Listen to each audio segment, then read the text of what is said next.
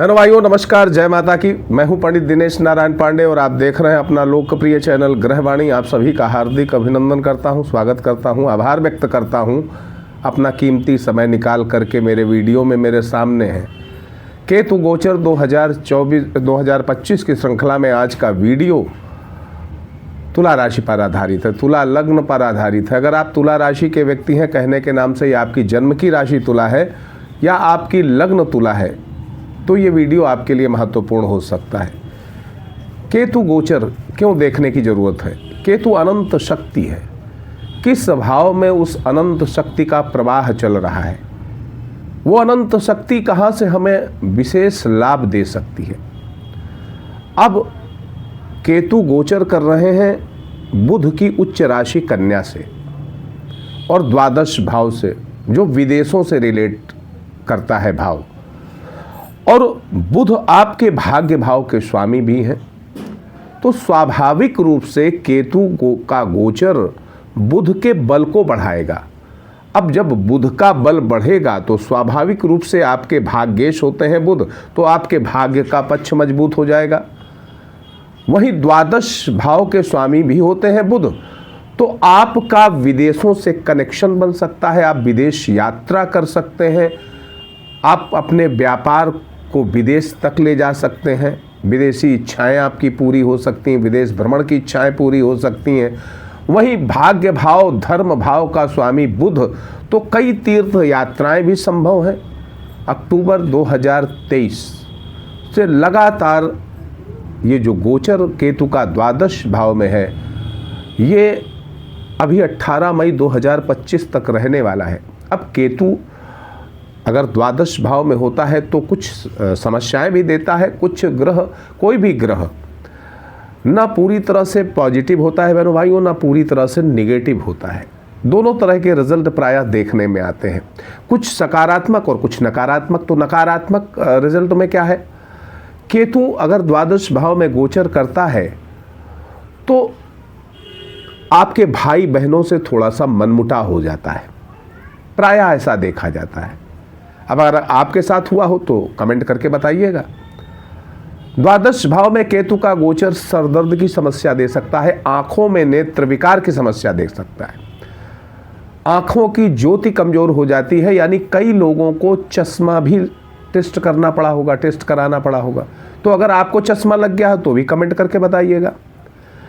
केतु द्वादश भाव में विदेशों से संबंध करवाता है। अगर आपके कहीं इस तरीके के संबंध हुए हों तो भी आप मुझे बताइएगा। विदेशों से धन आय के रास्ते खुलते हैं, आपके धनागम के रास्ते खुलते हैं, ये भी एक अच्छा केतु का गोचर का प्रभाव है। स्वभाव में जिद पैदा हो सकती है, चूंकि कुजवत केतु मंगल का प्रभाव लेकर के, केतु का जो स्वभाव है वो मंगल से मिलता जुलता है।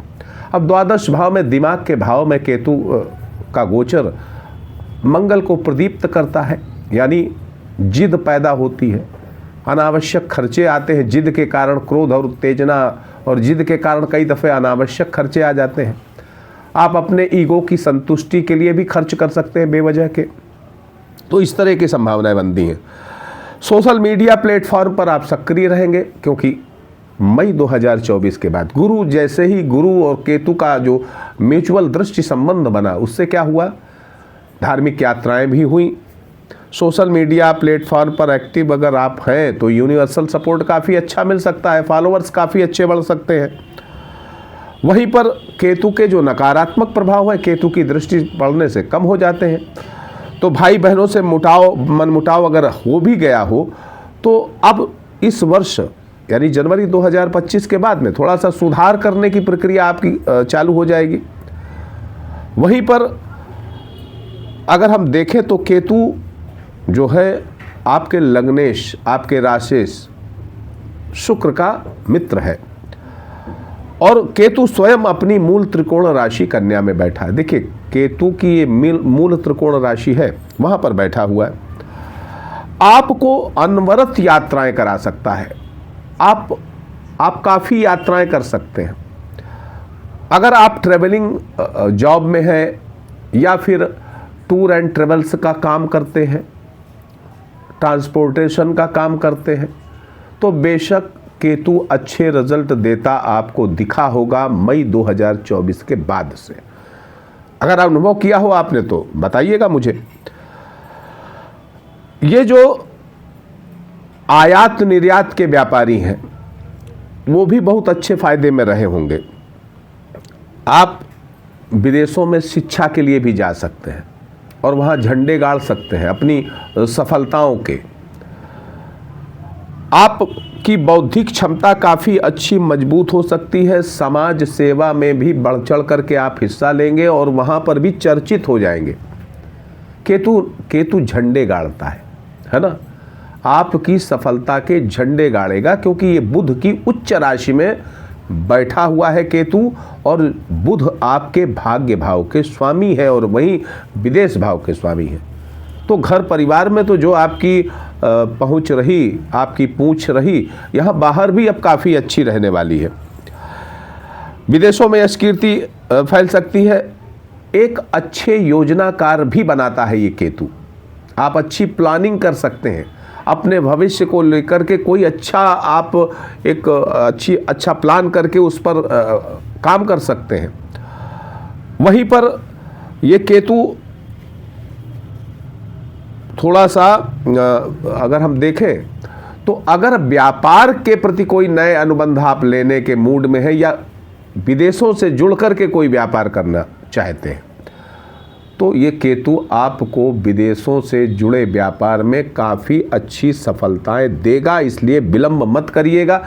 देखिए, अभी 18 मई 2025 तक केतु है, उसके बाद ये आपके एकादश भाव में गोचर करेंगे और वो भाव में गोचर सूर्य की राशि पर, वो भी काफ़ी अच्छा आपके लिए रहने वाला है। अगर तुला राशि वालों की बात मैं करूं तो कुल मिला करके ये जो केतु का गोचर है पूरे वर्ष बहुत अच्छा रहने वाला। अब देखिए, पंचम भाव से अष्टम भाव में केतु है, जैसे प्रेम संबंध है ना, वहाँ कोई कन्फ्यूजन्स आपके रहे हों बिल्कुल दूर हो जाएंगे। प्रेम संबंधों के कन्फ्यूजन्स दूर हो जाएंगे। किसी भी तरीके का शक सुबह रहा हो तो वो बिल्कुल क्लैरिफाई हो जाएगा,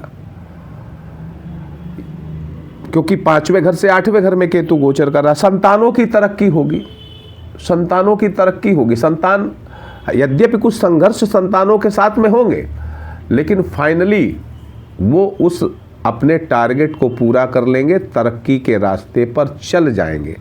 देखिए, संतान भाव से 8वां घर, वहाँ केतु। अब 8वां घर थोड़ा संघर्ष देता है, लेकिन एक गहरे रिसर्च का भी भाव होता है 8वां घर, जिस भाव से देखेंगे। तो पंचम भाव का जो 8वां घर, वहाँ केतु आपके संतान को काफ़ी प्रमोट कर सकता है, अधूरी इच्छाएं पूरी कर सकता है, बैंक बैलेंस की स्थिति आपकी मजबूत कर सकता है, क्योंकि मंगल से भी इनका तात्कालिक मैत्री संबंध रहेगा और मंगल आपके बैंक बैलेंस के स्वामी है और आपके व्यापार के स्वामी है। तो वहाँ तात्कालिक मैत्री संबंध व्यापार में भी अतुलनीय वृद्धि करा सकता है और आपके बैंक बैलेंस में भी। अब बहनों भाइयों, अगर हम देखें तो 14 मार्च से लेकर के 13 अप्रैल के बीच में, 14 मार्च से लेकर के 13 अप्रैल, कालखंड याद रखिएगा, बड़े महत्वपूर्ण कालखंड है। बड़े रिसर्च के बाद मैं इन कालखंडों की चर्चा करता हूँ। 14 मार्च से 13 अप्रैल के बीच का जो समय है, इस समय पर अगर आपकी कोई सरकारी देनदारी यानी कोई सरकारी मामले हैं जहाँ पर आपको देना लेना है, तो भाई उसमें लापरवाही मत करिएगा, वरना पनिशमेंट गहरा हो सकता है। आपको जेल यात्रा की विजिट करा सकता है। तो इस वजह से आप सरकारी जो भी जिम्मेदारियां हैं, आपकी देनदारियां हैं, उनका निर्वहन आपको करना चाहिए। वहीं पर जो पेट के रोगी हैं उनको सावधान रहने की ज़रूरत है। मुकदमों में जीत 101% मिलेगी, आप नोट करके रख लो। अगर 2025 में मुकदमे में कोई फाइनल डिसीजन होता है तो आप वहाँ पर जीते हुए महसूस होंगे और जीत जाएंगे आप।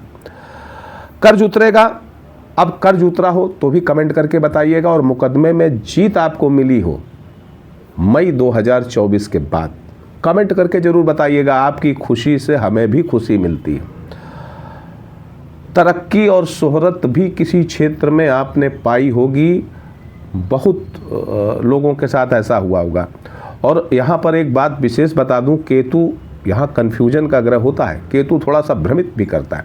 अगर गलती आपने कर ली ओवर कॉन्फिडेंस में, तो आपके जीवन में अपमानजनक प्रसंग भी आ सकते हैं। तो ओवर कॉन्फिडेंट न होइएगा।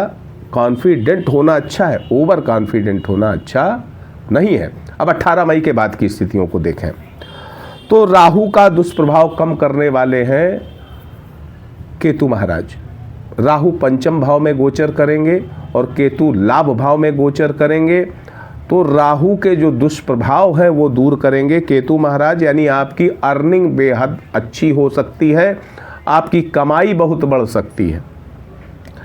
संतान पक्ष की चिंताएं जो मई से पहले रहेंगी कि संतानों का कैरियर कैसे बने और क्या बने, कैसे हम इनकी व्यवस्था करें, तो मई के बाद में संतान की चिंताओं से मुक्त हो जाएंगे। अगर एडमिशन के लिए परेशान हैं तो जहाँ पर भी आप चाहते हैं वहाँ उनका एडमिशन हो सकता है, या बच्चों से जुड़ी हुई कोई भी समस्या जिसकी चिंता आपको वर्ष की शुरुआत से है, मई के बाद नहीं रह जाएगी। आप कृषि उत्पादन के क्षेत्र में हैं, किसान हैं या किसानों से के उत्पादन के व्यापारी हैं, तो बेहद अच्छे लाभ आपको इस वर्ष आपको मिल सकते हैं। हर प्रयास, हर प्रयत्न में आपको सफलता मिलेगी। इस अवधि में आप धन वैभव से संपन्न हो जाएंगे और बहुत अच्छे धन वैभव संपन्न लोगों के संपर्क में भी आ सकते हैं, जिनसे आपकी मार्केट वैल्यू बढ़ेगी। ऐसे लोग आपके मित्र हो सकते हैं। वहीं पर सूर्य की राशि में केतु का गोचर आपके आत्मबल को बढ़ाएगा, आपके पिता को बढ़ाएगा, पिता के संबल को बढ़ाएगा, आपके संबल को बढ़ाएगा, पिता की सामाजिक प्रतिष्ठा को बढ़ाएगा, आपकी सामाजिक प्रतिष्ठा को बढ़ाएगा। पिता के लिए ये सूर्य की राशि में केतु का गोचर अच्छे परिणाम दे सकता है। और यहाँ पर अगर हम देखें तो तृतीय भाव के और छठे भाव के स्वामी जो देवगुरु बृहस्पति हैं, इनसे इनका 3-11 का संबंध यानी तात्कालिक मैत्री का संबंध आपकी आर्थिक व्यवस्थाएं, आपके संतान पक्ष की तरक्की, आपके भाग्य पक्ष का सहयोग और इनकम अर्निंग काफ़ी अच्छी रहेगी। आप सोशल मीडिया के क्षेत्र में हैं, ऑनलाइन बिजनेस में हैं, आईटी सेक्टर में हैं, प्रशासनिक सेवाओं से जुड़े हुए हैं, तो ये आप मान लें कि 2025 कुछ विशेष सकारात्मक परिवर्तन दे करके जाएगा। 15 जून से लेकर के 16 नवंबर तक का जो समय है, ये राज्य सरकारों से जुड़े हुए लोग हैं या सरकार से जुड़े हुए लोग हैं, उनके लिए श्रेष्ठ समय रहेगा। और जो नौकरी के प्रयास में है उन्हें अच्छी जॉब की संभावनाएं हैं। विशेष रूप से सफलताएं और सम्मान आपको मिल सकता है। इस वर्ष आपको अपने जीवन साथी को आत्मनिर्भर बनाने का प्रयत्न भी करना चाहिए। अगर वो जॉब करना चाहती हैं, आपकी पत्नी है, जॉब करना चाहती हैं या अपना स्वरोजगार स्थापित करना चाहती हैं, तो आपको सपोर्ट करना चाहिए, क्योंकि ये समय उनके लिए भी बहुत अच्छा है।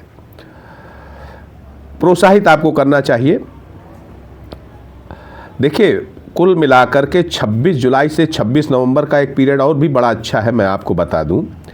इसमें संघर्ष तो रहेंगे, लेकिन 101% सफलता मिलेगी किसी भी क्षेत्र में जीवन के। कोशिश करके देखिएगा इस कालखंड का सही इस्तेमाल करके।